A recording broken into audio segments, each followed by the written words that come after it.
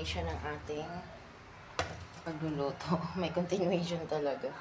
Hindi kasi kinaya ng video natin sa una. Wait.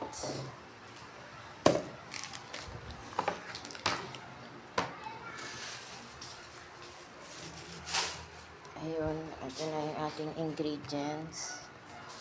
Ayan, sibuyas, bawang, igisa natin. Tapos, sinigang mix, mamaya pa yan, pag naluto na natin ito. Ang ating hipon. Tapos, ang ating gulay. Yan. Okay. Simulan na natin mag-gisa-gisa-gisa. Gisa-gisa-gisa, maraming gisa. Holiday ngayon, kaya marami sa inyo mga kabiblog ko yung masaya, lalo na yung mga estudyante, at saka yung mga empleyado, mga mabubuting manggagawa. Kasi ako noon ay nagtatrabaho din. Kapag holiday ay minsan may pasok, minsan wala. Kaya masaya. Depende sa company. May company na nagpapapasok kahit holiday. May company naman na hindi nagpapapasok pag holiday kasi iwas, bayad sila. So, nasa inyo na yun kung anong company. Oh no, yung aking tagayan. Parang may multo Ayun, depende na yan sa inyo kung anong company ninyo. Kaya, enjoy. Sino yun? Hi! Bibi! May tao. Ay! Gising na pala si Tana. Good morning. Morning, Bibi ko. Opo. Hindi ka na. Nagkukok na si Mita. Ayan. Gisa na natin ang ating sibuyas. I'll help you daw. Kaya maitatulong niya. Ay! Wait, mahal. Hindi nag-champurado si Mita. Ay, sinasarap pala yung champurado mo. Wait lang, ha. Wait lang, Bibi ko, ha. You want cold or iinit pa? Ha? Cold? Wow, social. Cold. Ito yung process natin na hipon. Malinis na to, pero tubigan lang natin para magtanggalan siya, maghiwa-hiwalay. Pero ano na yan, malinis na yan. Nalinis ko na yan. Natanggalan ko na ng balbas kahapon. Kung nanood kayo ng vlog ko. Ano na yun kahapon, wala lang balbas yan. Tinanggalan na natin ng balbas. Hindi kasi nag-aahit.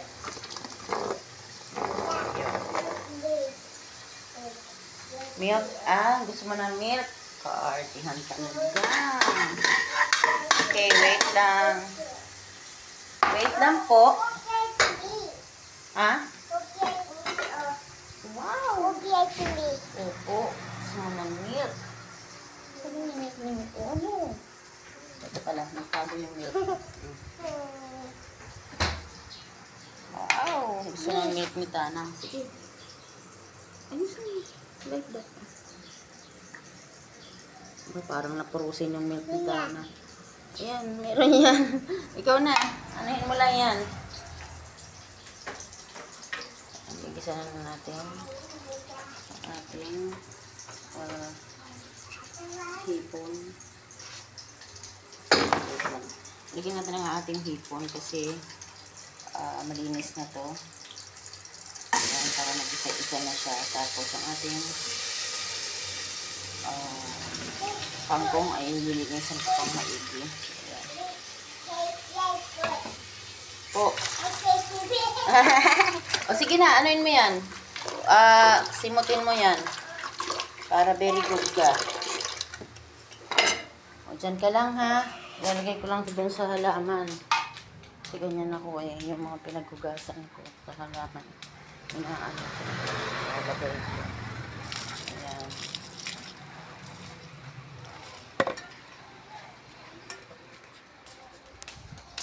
Ayan. Ang init mga kabibilog ko. Ayan. Nakikita nyo naman sobrang init na yun. Kaya kailangan mapagawa ko yung aircon ko kasi wala yatang preyon na yung naglalamig. Kaya pagka linisan ko yung sakalagyan ko ng preyon. Ha? Ice cream? Ew, yan. Dirty yan. O, bahala ka. Sige na. Ay, you like baby? Ay, sige. Akit na muna. May ano pala dyan. You like corn. May corn dyan. Saka kamote. Luto ako kagabi ng kamote. Mais kasi.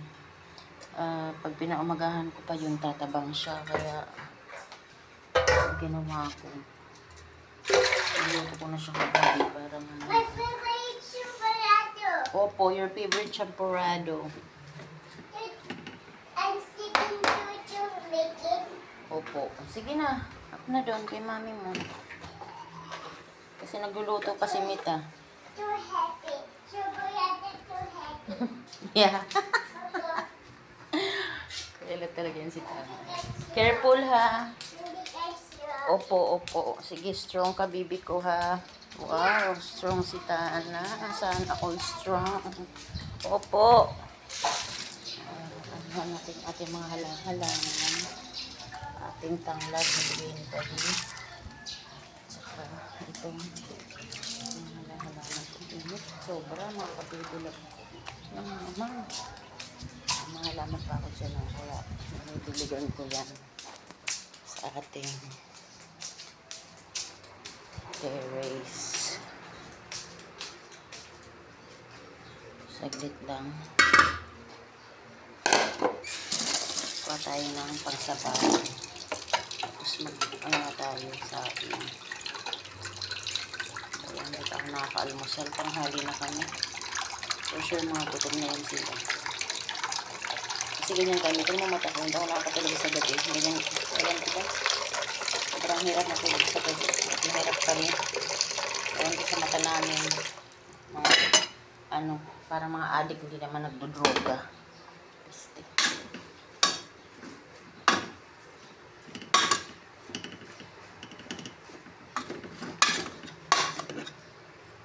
Lagyan natin ng tubig.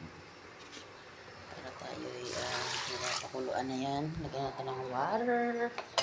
Sabaw for life. Yung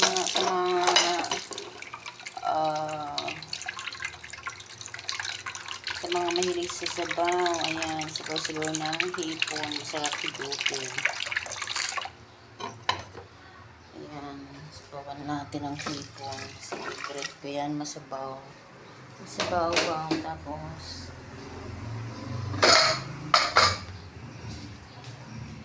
ano na tayo? Saing. Saing na tayo. Diretso na to. Ang aking tagayan, Diyos ko. Iniingatan ko to kasi pag may alak, may balak. Diba? Ang tagayan natin yan. At tayo masaya pagka meron yan. Charing! Yan ang boyfriend ko, yung tagayan. Kasi wala na kami nung asawa ko. Yan na yung naging papapawi ng aking mga kalungkutan sa buhay. Kaya ayan, kailangan nandyan yan sa buhay ko. Ipapasobra tayo ng konti sa sinain kasi nga meron na kaming alaga si Chiki, kaya kasama na kasi siya sa konsumo. Ano pa yung saksakan. Ay, Ginoo. Ayan, dala-dala natin ang camera kasi pag nilalapag na mungulo. Kasi nangungo ang ating camera pag nilalapag. Ang problema sa ngungo. Maintindihan niya sa nasalita. Hindi yung kasing ano niya, parang speaker niya sa ilalim. Pag nilapag mo siya, parang yung hangin nag-aano doon. Kaya, dala-dala nila natin. Ano ko dyan mga kabibila, mais at kamote. Mag-breakfast tayo ng kamote at mais. Hindi ko nga lang magawa kasi inuuna ko itong ating sinaing at yung ating lutuin. Kasi nga tanghali na. Marami ata ang saing ko. Pero hanggang gabi naman ito.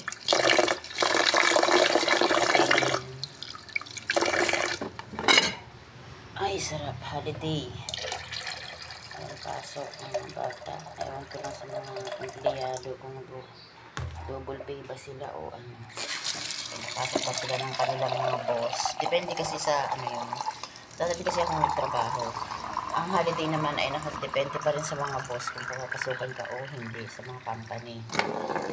May company na nagpapapasok, meron namang hindi. Kaya, kasi ang iba iwas sa ano, sa double pay, mga 30%, yung mga ganun. Depende. Anong mga percent ang holiday yan. Depende yan kasi. Kaya, minsan, talagang nasa company talaga ang nakasalalay ang lahat ng desisyon. So, lagyan natin ng suka para hindi siya mapapanis. Ayan. Ay, okay. Okay, malaki. Malaki na labo. Hindi ko natansya. Sorry. Tapos, ano natin? Lagyan natin ng takip.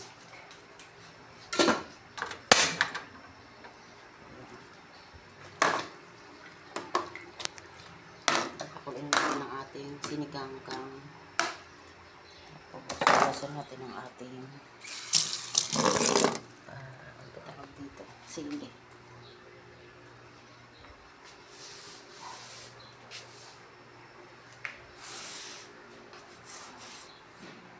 Tingnan yung mga kabibilab ng paggabi. Meron yung kamote at saka mais.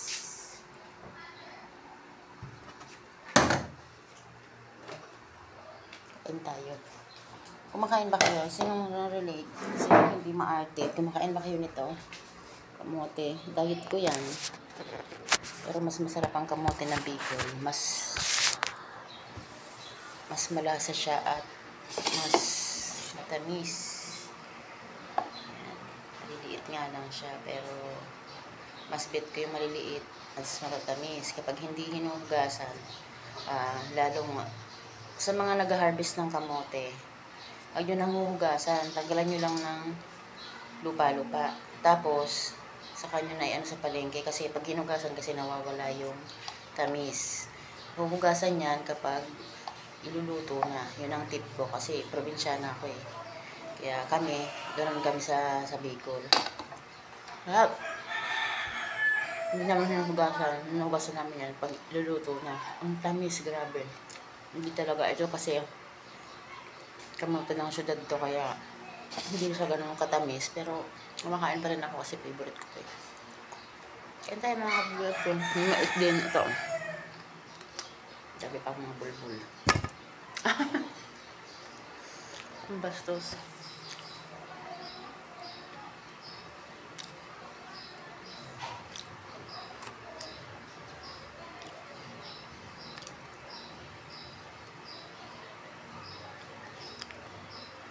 Ito yung almusal namin na alas 12 na. Almusal pa lang to sa amin. Iba ang mundo namin dito. Almusal namin ay pananghalian. Ang pananghalian namin dinner na kaya. Iba ang balik na lang mundo namin dito.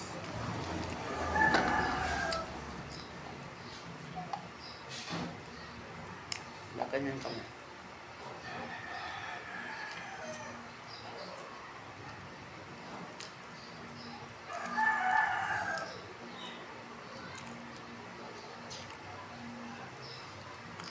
Ulit siya no, pero masarap.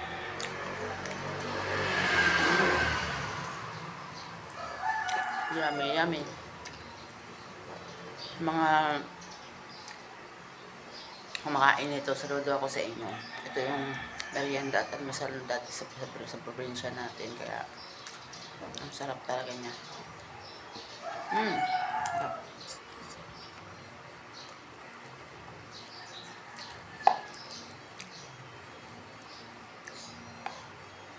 Dati nilulubak din to, di ba? mga taga Bicol nakaka-relate sa akin. Nililubak din to. Tapos,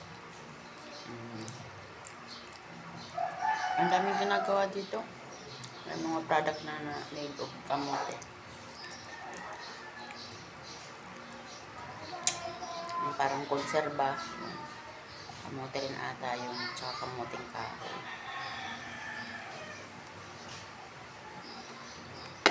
Manabi.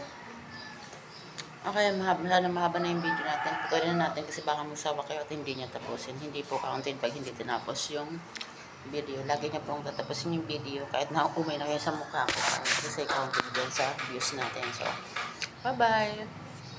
Enjoy! Kain na kayo dyan mga kababy love ko. Holiday kaya enjoy tayong lahat. Bye!